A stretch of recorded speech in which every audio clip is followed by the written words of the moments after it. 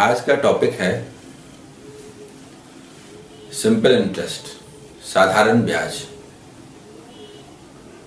किसी भी competitive exam में जो मैथ का सेक्शन होता है उसमें सिंपल एंड कंपाउंड इंटरेस्ट, ये दो चैप्टर का एक कॉम्बिनेशन है। ये दोनों चैप्टर मिल करके एक क्वेश्चन प्राय हर एग्जाम में आते हैं।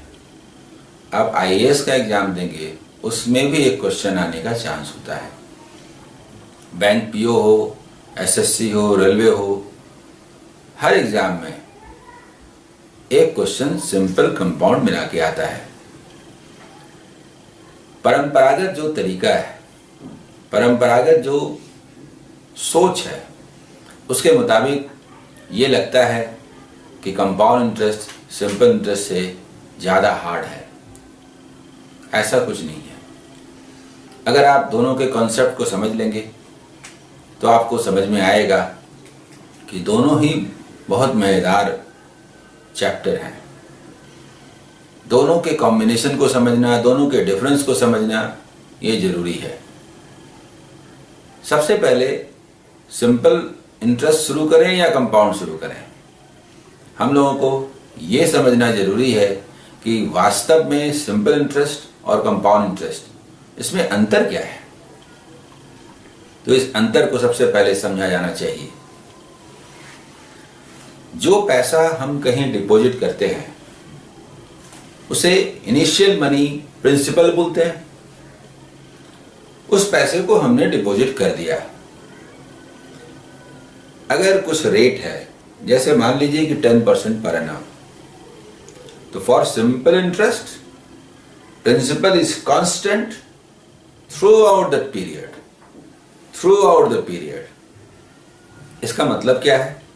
अगर 10% पर एनम है, अगर आपने 1000 रुपीज डिपॉजिट किया है तो 1000 का 10% यानी 100 फर्स्ट ईयर भी मिलेगा, सेकेंड ईयर भी मिलेगा, थर्ड ईयर भी मिलेगा। यानी प्रिंसिपल नहीं बदलेगा। फर्स्ट ईयर के लिए भी वही प्रिंसिपल, सेकेंड ईयर के लिए भी वही प्रिंसिपल, थर्ड ईयर के लिए भी वही प्रिंसिपल। और जब प्रिंसिपल नहीं बदलेगा तो इंटरेस्ट कैसे बदलेगा? इसलिए इंटरेस्ट हर साल, हर समान समय अंतराल में जो साधारण ब्याज होगा, सिंपल इंटरेस्ट होगा, वो समान रहेगा। यही मेरे कहने का मतलब है कि principal remains constant throughout the time period. लेकिन कंपाउंड इंटरेस्ट में जो कॉन्सेप्ट है वो ये कहता है कि after every compounding period that amount, for that compounding period that amount becomes principal for the next compounding period. आप देखेंगे कि अगर आपने 1000 रुपीज डिपॉजिट किया और 10% पर एनम का रेट है, then for the first year, सही वर्ड है first compounding period, this is principal, 1000 is principal, rate is 10% per annum means 100 rupees is interest, so amount is 1000 plus 100 यानी 1100, and that amount 1100 for this year becomes principal for the next year, सही word है next compounding period.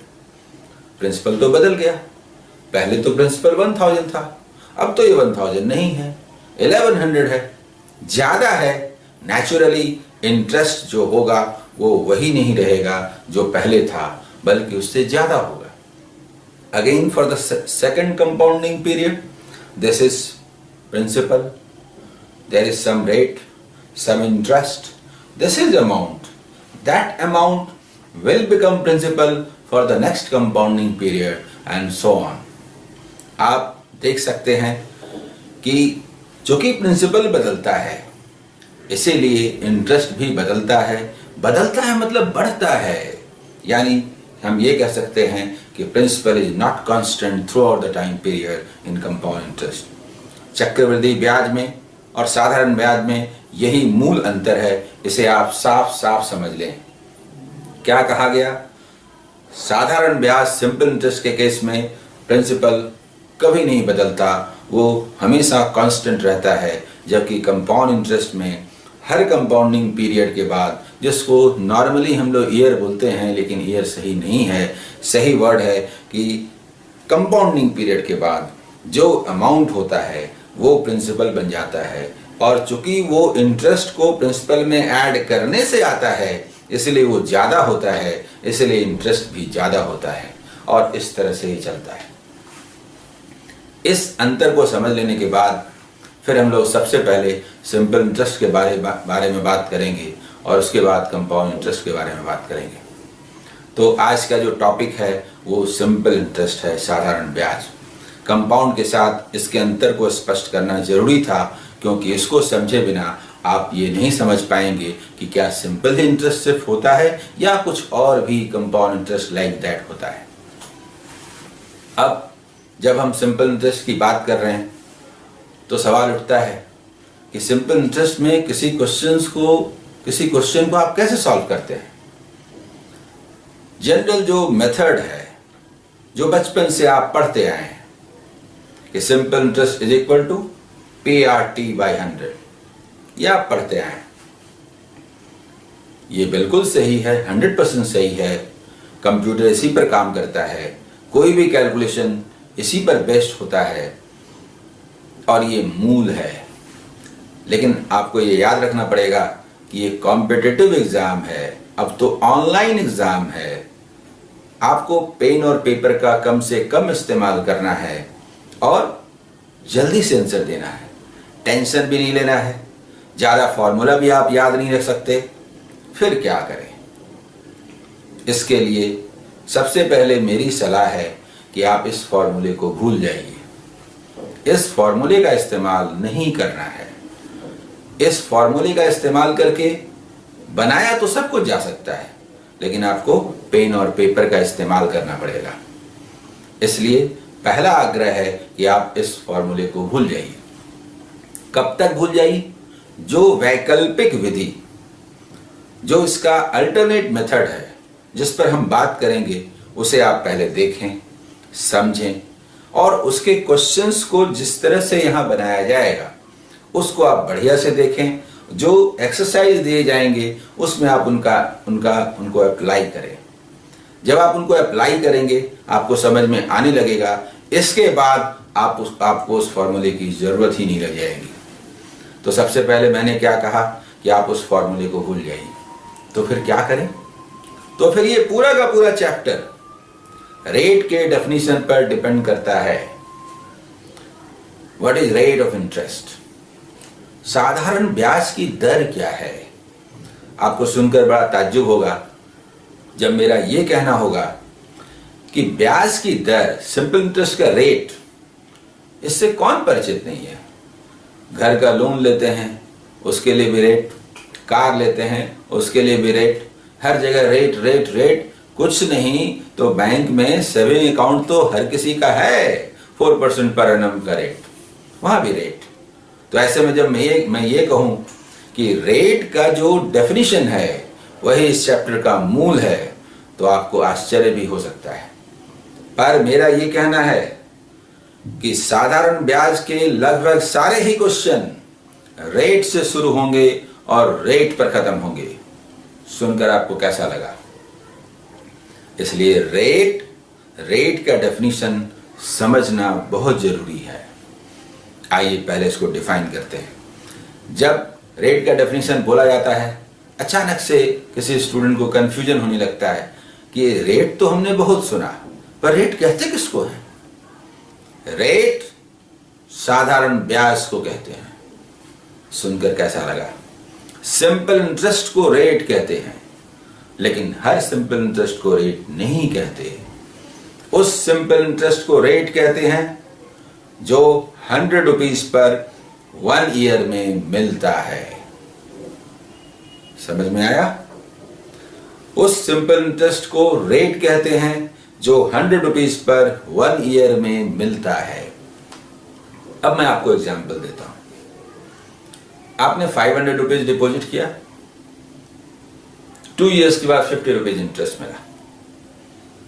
अब मेरा कहना होगा आपको interest कितना मिला, 50 रुपीज मिला। ओके, 50 रुपीज को पकड़ के लाइए और मैं बोल दूंगा दिस इज द रेट। फिर मैं पूछूंगा आपसे कि ये 1 ईयर में मिला था? नहीं, ये तो मुझे 2 ईयर्स में मिला था। अच्छा, तो 2 ईयर्स में 50 रुपीज मिला था। ओके, तो वन ईयर में आपको कितना मिला? तो 25 रुपीज। तो बोलना चाहिए ना 1 ईयर में 25 रुपीज। फिर बोल दिया आपको, ठीक है, तो 25% आंसर रेट है। फिर आपसे पूछे 100 रुपीज पे मिला था? ना, ये तो मुझे 500 रुपीज पे मिला था। क्या कहा आपने? 500 रुपीज पर 1 ईयर में 25 रुपीज मिला। 500 का मतलब हुआ 50 मतलब 10%, तो 25 का मतलब 5%। यानी अगर आप 100 रुपीज डिपॉजिट करते, 500 डिपॉजिट किए तो 1 ईयर के बाद 500 डिपॉजिट किए तो आपको मिला 25 रुपीज। अगर आपने 100 रुपीज डिपॉजिट किया होता तो आपको मिलता 5 रुपीज।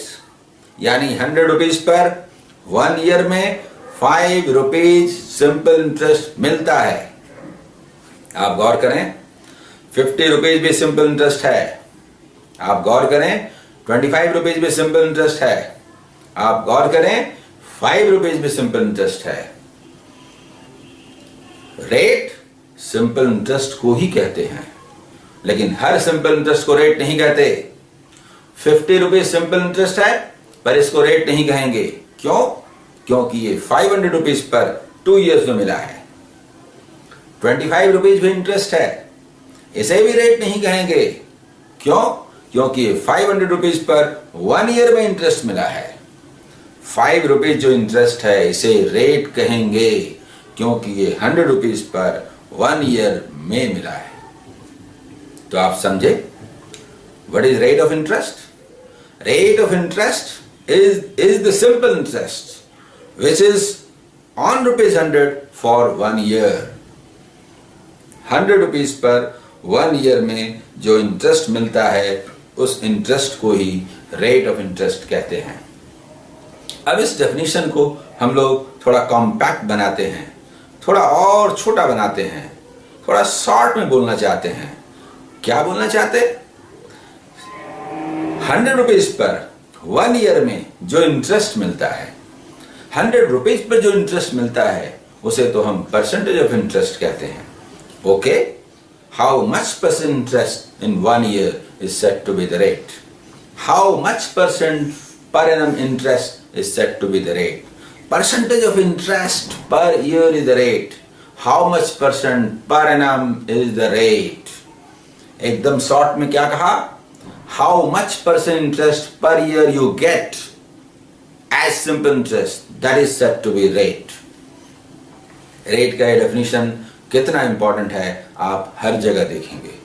अब हम लोग चलते हैं और बारी बारी से बात करते हैं कि जब simple interest is equal to PRT by 100 का इस्तेमाल नहीं करेंगे तो फिर क्या करेंगे।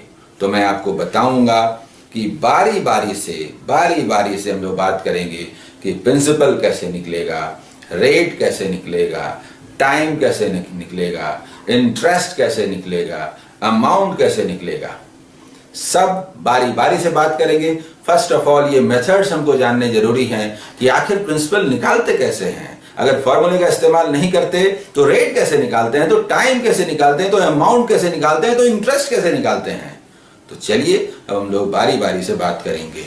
अभी हम लोग बात कर रहे थे कि आखिर principal, simple interest, rate, time, amount, ETC, इनको निकालने का वैकल्पिक तरीका क्या है।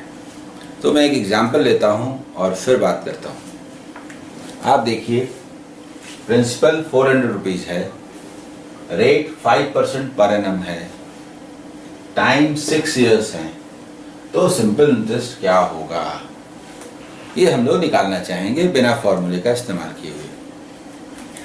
लेकिन सबसे पहले मैं एक बात कह दूं कि जो प्रिंसिपल होता है वो हमेशा 100% माना जाता है। इस बात को आप ठीक से नोट कर लें। जो पैसा आप जमा करते हैं that is always taken as 100%। तब तो आप कहते हैं कि 50% इंटरेस्ट मिला तो 400 डिपॉजिट किए थे अगर, तो 200 दे दीजिए। What does it mean? Principal is always taken as 100%, यानी यहाँ पर आपको ये नोट कर लेना है कि हमारा जो प्रिंसिपल 400 रुपीज है वो क्या है। ये जो 400 रुपीज है, ये जो 400 रुपीज है, ये जो 400 रुपीज है, इसे हम 100% बोलते हैं। हम लोग इसे 10% बोलते हैं। हम लोग इसे 1% बोलते हैं। ये हमारे हथियार हैं। अगर 100% को 400 बोलेंगे तो 200% को 800 बोलेंगे, 50% को 200 बोलेंगे। इस एक रिजल्ट से 3 मिला, 3 रिजल्ट्स। 10% को 40 रुपीज कहते हैं, तो 20% को 80 रुपीज कहेंगे, 5% को 20 रुपीज कहेंगे, इसी तरह से 1% को 4 रुपीज कहेंगे, तो 2% को 8 रुपीज कहेंगे, 0.5% को 2 रुपीज कहेंगे। इस तरह से इस 3 रिजल्ट से 9 रिजल्ट्स मिलते हैं। 9 रिजल्ट्स मिलते हैं, यानी 9 हथियार हैं आपके पास। इन 9 हथियारों का आपको इस्तेमाल करना है। किस तरह से करें कि जो हम चाहते हैं वो हमें हासिल हो। इसे मैं यहाँ लिखता हूँ, लेकिन इसे लिखना नहीं है, ये मन में समझना है। जो प्रिंसिपल आपने डिपॉजिट किया है वो 100% है। 100% है, ये 10% है, ये 1% है। 100% को 400 रुपीज कहते हैं, 10% को 40 रुपीज कहते हैं और 1% को 4 रुपीज कहते हैं। तो ये ध्यान रहे कि हम लोग इसका इस्तेमाल करेंगे, लेकिन इसे हम लोग लिखेंगे नहीं। मैंने पहले ही कहा, रेट का डेफिनेशन किसी भी चैप्टर का मूल है। हमें सिंपल इंटरेस्ट निकालना है। What is rate here? ब्याज की दर किसे कहते हैं? आप देखिए, दिया हुआ है 5% पर एनम। 5% पर एनम, इसका मतलब 100 रुपीज पर 1 ईयर में 5 रुपीज इंटरेस्ट मिलता है। 100 रुपीज पर 1 ईयर में 5 रुपीज इंटरेस्ट मिलता है।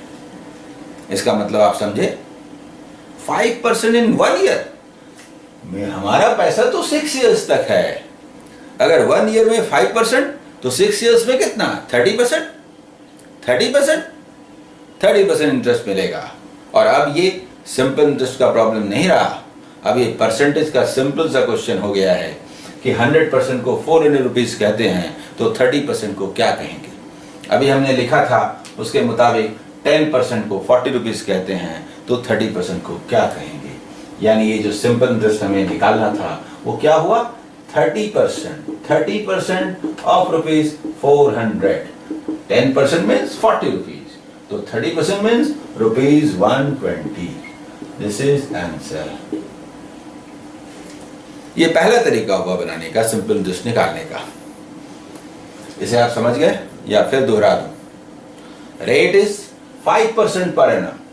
1 ईयर में 5%, दैट मीन्स 6 ईयर्स में 30%। हर साल 5%, हर साल 5%। 6 साल में 30%। 10% को 40 रुपए, 30% को क्या? किसी पेन पेपर की जरूरत नहीं। ये सोचने का एक तरीका हुआ, एक नजरिया हुआ। सोचने के नजरिए के आधार पर हम लोग डिफरेंट मेथड से बनाएंगे।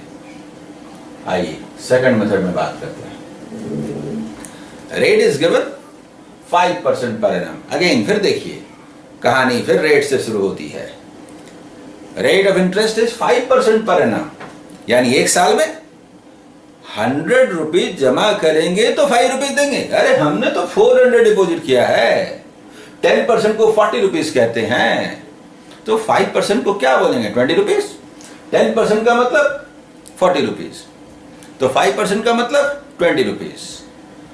5% per year means 20 rupees per year. 100 जमा करते हैं तो हर साल 5 रुपया लेते हैं। अरे हमने तो 400 जमा किया है, हमें तो 20 रुपया हर साल दीजिए। तो रेट का मतलब क्या हो गया? 400 रुपीज के लिए 20 rupees per year. 20 rupees per year. हमने 1-2 साल जमा नहीं किया है, हमने 6 साल जमा किया है। अगर 1 साल में 20 रुपया तो 6 साल में कितना?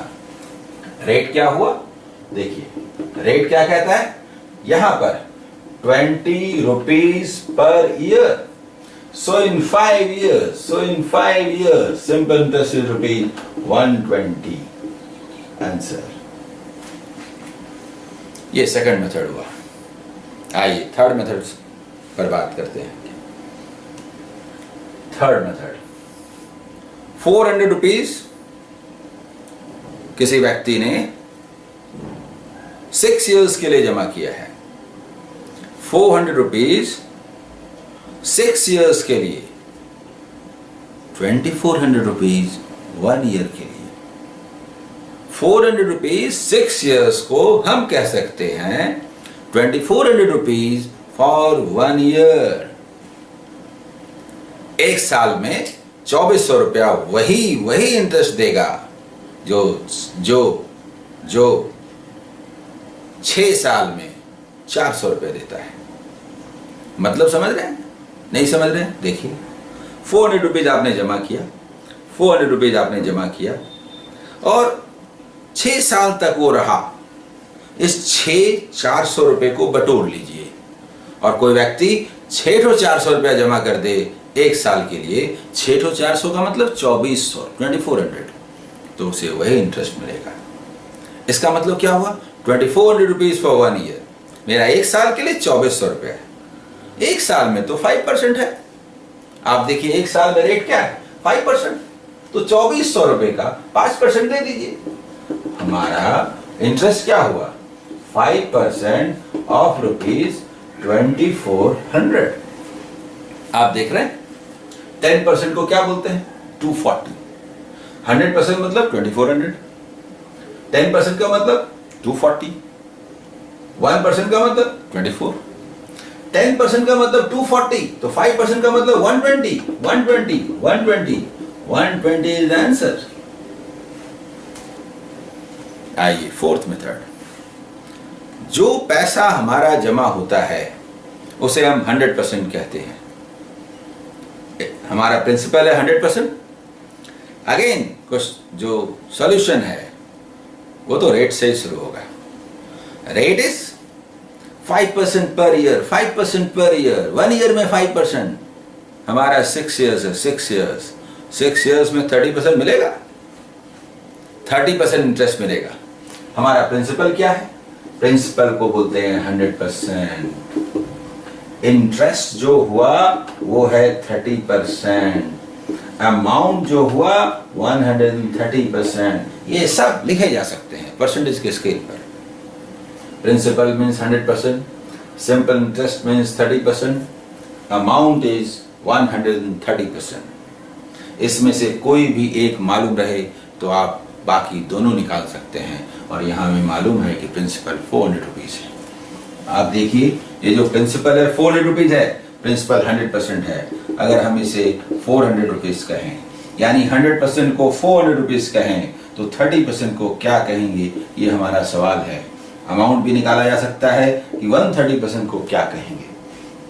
आप देखिए ये कितना टाइम्स है? 4 टाइम्स. तो हर वेरिएबल 4 टाइम्स होगा. 30% का 4 टाइम्स दैट मीन 120 रुपीज. 30 का 4 टाइम 120 रुपीज. आप देखिए अगर 130 अमाउंट निकालना होता तो हम लोग 4 टाइम्स बोलते यानी कि होता रुपीज 520. इस तरह से आपने देखा कि अगर प्रिंसिपल 100% दिया हुआ है 400 रुपीज तो हम आराम से बोल सकते हैं 30% का मतलब 120 रुपीज. अमाउंट बोल सकते हैं 130% का मतलब 520 रुपीज. इसको और ठीक से लिखता हूं 520 रुपीज. तो ये हुआ सिंपल इंटरेस्ट निकालने का तरीका. मैंने आपसे एक फॉर्मूला लिया था कि simple interest is equal to PRT/100 का इस्तेमाल आप न करें. तो मैंने आपको 4 तरीके दिए. इन 4 तरीकों से आप सिंपल इंटरेस्ट निकाल सकते हैं. यहाँ पर आपके पास ऑप्शन है कि आप इनमें से किसी भी मेथड का इस्तेमाल कर लें, लेकिन चारों ही मेथड की अपनी अपनी उपयोगिता है. अलग अलग जगह पर अलग अलग मेथड सुटेबल होंगे. कौन सा मेथड कहाँ यूज होगा तो वो डाटा का जो नेचर होगा वो कहेगा कि हमको कौन सा मेथड यूज करना है। तो ये सिंपल इंटरेस्ट निकालने का तरीका हुआ। अब हम लोग बारी बारी से बात करेंगे कि ठीक है टाइम कैसे निकालेंगे, रेट कैसे निकालेंगे, प्रिंसिपल कैसे निकालेंगे। ठीक है, अब हम लोग रेट निकालने के बारे में बात करेंगे। जब प्रिंसिपल मालूम हो, टाइम मालूम हो, इंटरेस्ट मालूम हो, तो रेट कैसे निकालेंगे। फिर वही बात कि रेट का डेफिनेशन क्या है। एक साल में जितना प्रतिशत ब्याज मिलता है इसको ही रेट कहते हैं। एक साल में जितना परसेंट मिलता है, इंटरेस्ट को उठाइए,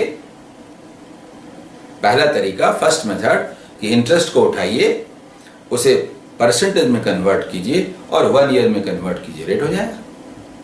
या इंटरेस्ट को उठाइए, पहले 1 ईयर में कन्वर्ट कीजिए और फिर परसेंट में कन्वर्ट कीजिए, रेट हो जाएगा। और आप जानते हैं कि प्रिंसिपल पैस जो मूलधन है जिसे आपने जमा किया था यानी 400 रुपीज, वो हमारा 100% है। इंटरेस्ट को उठाइए 120 रुपीज, 120 रुपीज मिला है, ये तो 400 पे मिला है, 100 पर तो नहीं मिला ना। मतलब ये 400 का कितना परसेंट है। आप जानते हैं 10% को क्या बोलते हैं, 40 रुपीज। 40 रुपीज का मतलब 10%, तो 120 रुपीज का मतलब कितना परसेंट। 400 पर अगर 40 रुपया मिलता तो आप बोलते ना 10% मिला, लेकिन आपको कितना मिला है 120 रुपया, 120 रुपीज, दैट मीन्स 30% मिला। तो इंटरेस्ट को हमने पहले परसेंटेज में कन्वर्ट किया, वो है 30%। अच्छा 30%, लेकिन ये 1 ईयर में तो मिला नहीं, ये मिला है 6 ईयर्स में। तो 6 ईयर्स में 30%, 1 ईयर में कितना 5%। 1 ईयर में जितना परसेंट इंटरेस्ट मिलता है उसे ही ब्याज की दर कहते हैं। 1 ईयर में 5%, so rate of interest is 5% per annum. दूसरा, इंटरेस्ट को उठाइए, सेकंड मेथड, इंटरेस्ट को उठाइए 120 रुपीज। 120 रुपीज ये तो 6 ईयर्स में मिला है। 120 रुपीज ये जो इंटरेस्ट मिला है ये तो 6 ईयर्स में मिला है, 1 ईयर में 20। 6 ईयर्स में 120, तो 1 ईयर में 20। 1 ईयर में आपको 20 रुपीज मिला है। अगर ये 100 रुपीज पे मिला होता तो रेट हो जाता, लेकिन ये 100 पे नहीं मिला है, ये 400 पे मिला है, जिसमें 40 रुपीज को 10% बोलते हैं। तो जो 20 रुपीज 1 ईयर में इंटरेस्ट आया था उसको क्या बोलेंगे, 20 रुपीज को क्या बोलेंगे, 5% बोलेंगे। 40 रुपीज का मतलब 10%, तो 20 रुपीज का मतलब 5%। So the rate of interest is 5% per annum. इन दोनों में से किसी भी तरीके से आप रेट निकाल सकते हैं। ठीक है, अब हम लोग टाइम निकालेंगे। प्रिंसिपल दिया हुआ है 400 रुपीज, रेट है 5% पर एनम, सिंपल इंटरेस्ट है 120 रुपीज। टाइम निकालना है, बिना पेन पेपर के आप बना सकते हैं 2 तरीकों से। सबसे पहले हमने क्वेश्चन के डाटा को यहां पर थोड़ा सजा के लिखा है। देखिए प्रिंसिपल 400 रुपीज है, रेट 5% पर एनम है और सिंपल इंटरेस्ट 120 रुपीज है। रेट का डेफिनेशन ही सफिशिएंट है। रेट का डेफिनेशन आपने कहा, आंसर हुआ। अब आप बताइए, रेट तो 5% per annum, percentage per annum में होता है, और इन जनरल इंटरेस्ट रुपीज में होता है, इन जनरल रुपीज में होता है। इंटरेस्ट कितना मिला, 120 रुपीज मिला। अगर हम इसे इस इंटरेस्ट को परसेंटेज में कन्वर्ट कर दें तो हम लोग जानते हैं कि ये जो 400 है वो 100% है। तो 10% का मतलब क्या हुआ, 40 रुपीज। 10% का मतलब 40 रुपीज, तो 120 का मतलब 30%। आप कहेंगे कि जो सिंपल इंटरेस्ट मिला है वो 30% मिला है, 30% मिला है। सिंपल इंटरेस्ट कितना मिला है, 30% मिला है। सिंपल इंटरेस्ट 30% मिला है, कुल मिला के 30% मिला है। और रेट क्या कहता है, 5% per year, 5% per year, 5% per year. Rate क्या कहता है, जो इंटरेस्ट मिला है 5% per year, 5% per year. 30% how many years, how many years, how many years, 6 years, 6 years, answer. Rate तो परसेंटेज में दिया ही है, सिर्फ सिंपल इंटरेस्ट जो रुपया में दिया है उसे परसेंटेज में कन्वर्ट कीजिए, आंसर है। ठीक इसी तरह से रेट क्या है, 5% पर एनम, यानी 1 ईयर में 100 रुपीज हो तो 5 रुपीज, लेकिन हमारा तो 400 है, तो 20 रुपीज हुआ ना। 10% को क्या बोलते हैं? 40 रुपीज। तो 5% को क्या बोलेंगे? 20 रुपीज। यानी आप बोलेंगे कि अगर 100 जमा करते तो हर साल मुझे आप दीजिए 5 रुपया। अरे हमने तो 400 जमा किया है, तो हर साल 20 रुपया दीजिए। यानी रेट क्या हुआ? रेट क्या हुआ हमारे इस प्रिंसिपल के लिए? 20 rupees per year. 20 rupees per year. 20 rupees per year. 120 rupees interest मिला in how many years? How many years? How many years? In how many years? 20 rupees per year, 120 rupees in how many years? 6 years. इन दोनों तरीकों से किया जा सकता है। हमने क्या देखा? इन जनरल रेट होता है परसेंट पर एनम में और इंटरेस्ट होता है रुपीज में। इन जनरल दोनों को रुपया बनाइए, यानी परसेंटेज पर एनम जो रेट है उसको रुपीज पर ईयर कर दीजिए। आंसर दोनों रुपया। 120 रुपीज, 120 रुपीज और रेट कहा 20 रुपीज पर ईयर, 6 years। या दोनों को परसेंटेज में कन्वर्ट कीजिए, तो रेट तो है ही 5% पर ईयर और इंटरेस्ट क्या है? इंटरेस्ट है 120 rupees, that means 30%। 30%, 5% per year, 5% per year, 30% in how many years? 6 years। Rate and interest both should be either in percentage or in rupees। और हमारे लिए काम बहुत आसान है, क्योंकि 1% में होता है रेट इन जनरल और जो इंटरेस्ट है वो रुपीज में रहता है। इसे हम परसेंटेज में कन्वर्ट किए आंसर, या इसे हम रुपीज में कन्वर्ट किए आंसर। इसलिए टाइम निकालना बहुत आसान है, बिना कॉपी पेन के आप निकाल सकते हैं। इन दोनों मेथड में से किसका इस्तेमाल करें ये क्वेश्चन में दिए गए डाटा पर डिपेंड करता है। ठीक है, अब हम लोग बात करेंगे। रेट है 5% पर एनम, टाइम है 6 years, सिंपल इंटरेस्ट है 120 रुपीज। तो प्रिंसिपल बताएं, अमाउंट बताएं। फिर वहीं से शुरू होगा। रेट किसे कहते हैं? रेट क्या दिया हुआ है यहां पर? 5% पर एनम, यही तो रेट है। 1 ईयर में how much percent interest? 1 year में 5%, हर साल 5%। भाई हमारा 6 साल तक है, 6 years तक है। तो 5% जब आप हर ईयर देंगे तो 6 years में कितना देंगे? 30%। 30% इंटरेस्ट दीजिए, मांगेंगे कि नहीं? आप जाके बोलिए 30% मेरा इंटरेस्ट हुआ, दीजिए।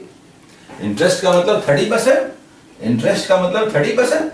प्रिंसिपल को तो हमेशा हम लोग बोलते हैं 100% और अमाउंट हुआ 130%। और इसमें से कोई भी एक मालूम हो तो बाकी 3 निकाला जा सकता है। और हमें क्या मालूम है? Simple interest. सिंपल इंटरेस्ट कितना है? 120 रुपीज। 120 रुपीज। आप समझ रहे हैं ना? प्रिंसिपल 100 है, इंटरेस्ट 30 है। अरे 100 ना होके 200 होता तो 30 ना होके 60 ना मिलता। 30 ना होके अगर 120 मिला 4 टाइम्स, तो प्रिंसिपल भी 4 टाइम्स, अमाउंट भी 4 टाइम्स। दोनों आप बता सकते हैं। ये 4 गुना है, दिया हुआ है, इसलिए इसका 4 गुना, ये हुआ ₹407। ये 130 का 4 टाइम्स हुआ ₹520 आंसर। आप गौर करें, अभी तक हमने क्या किया? प्रिंसिपल और अमाउंट को हम एक जैसा माने, एक नेचर का माने, तो प्रिंसिपल अमाउंट को हम एक वेरिएबल कह दें। इसके बाद रेट है दूसरा, टाइम है थर्ड और इंटरेस्ट है 4। इस 4 में से कोई भी 3 दिया रहे तो हम चौथा निकाल सकते हैं। दिया रहे नहीं, अगर किसी क्वेश्चन में पूछा गया कि प्रिंसिपल बताइए, तो आप बोल सकते हैं सॉरी मैं नहीं बता सकता। क्यों? क्योंकि प्रिंसिपल तो हम तभी बता सकते हैं जब आप मुझे रेट बताइएगा, इंटरेस्ट बताइएगा और रेट और इंटरेस्ट के बाद टाइम बताइएगा। जब तक ये 3 चीजें नहीं बताइएगा, चौथा नहीं निकलेगा। यानी अगर किसी ने प्रिंसिपल पूछा है तो क्वेश्चन में ये जरूर दिया हुआ होगा, दिया हुआ रहेगा, इतने समय में इस रेट से इतना इंटरेस्ट हुआ। तभी हम बता सकेंगे कि प्रिंसिपल क्या था, 100% क्या था।